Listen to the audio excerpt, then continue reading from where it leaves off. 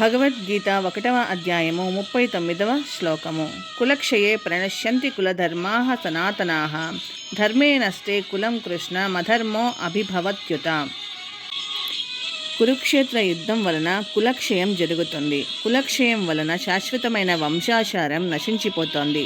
ఆ విధంగా వంశంలో మిగిలిన వారు అధర్మపరులవుతారు. జై శ్రీకృష్ణ.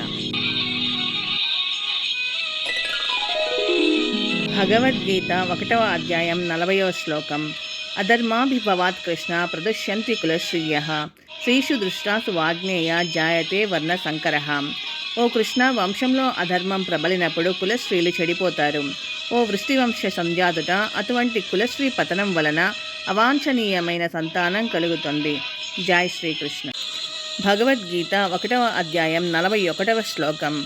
సంకరో నరకాయైవ కులజ్ఞానాం కులశ్చ పతంతి పితరో హ్యేషాం లుప్తపిండోదక క్రియాః.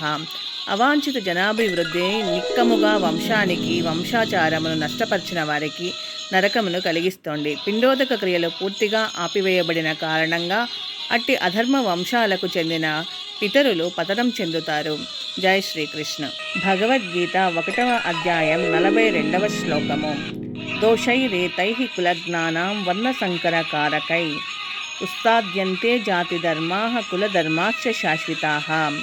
వంశాచారము నశింపజేసి ఆ విధంగా అవాంఛిత సంతానముకు కారణమయ్యే వారి పాపకర్మల వలన అన్ని రకాల కులధర్మాలు జాతి ధర్మాలు నాశనమవుతాయి. జై శ్రీకృష్ణ.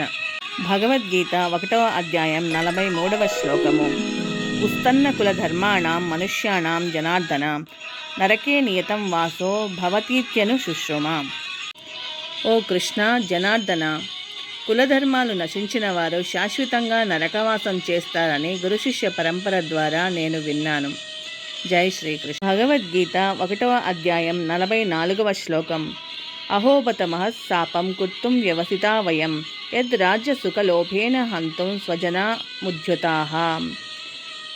అయ్యో, ఘోరమైన పాపకర్మను చేయడానికి మేము సిద్ధపడము.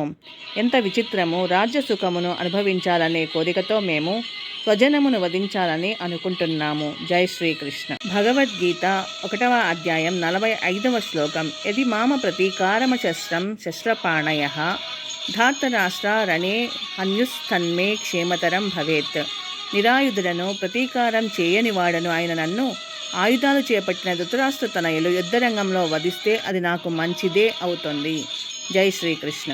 భగవద్గీత 1వ అధ్యాయం 46వ శ్లోకం. ఏవ ముక్తా అర్జునః సంఖ్యే రథోపస్థ ఉపావిశత్ విసృజ్య సశరం చాపం శోక సంవిఘ్న మానసః. సంజయుడు పలికెను. రణరంగంలో అర్జునుడు ఈ విధంగా పలికి తన ధనుర్బాణాలను పక్కకు పడవేసి దుఃఖముచే మనస్సు ఉద్విగ్నము కాగా రథములో కూర్చుండిపోయెను. జై శ్రీకృష్ణ. భగవద్గీత 1వ అధ్యాయము 39. కృష్ణ